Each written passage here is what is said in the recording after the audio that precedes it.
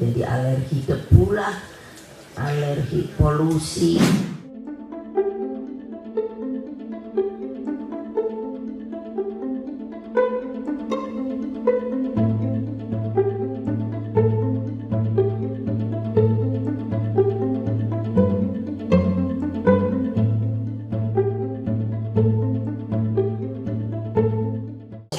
Daun kecil-kecil, dia sangat produktif menghisap CO2 dan mengeluarkan oksigen, makanya kan seger ya ini.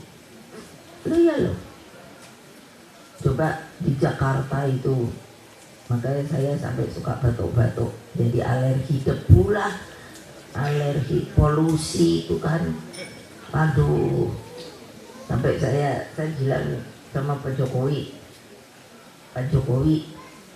niku IKN niku seger apa ora? Ya, kalau beliau suka bahasa Jawa, ibu kok nanya, orang itu tanah gambut, aku bilang panas loh, jadi mesti tanami pohon yang banyak loh.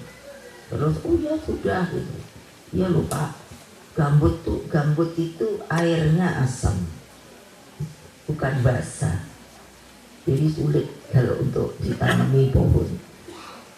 Nah banyak kan kalau ini saya ngomong, tak dulu saya mesti pulang jam berapa.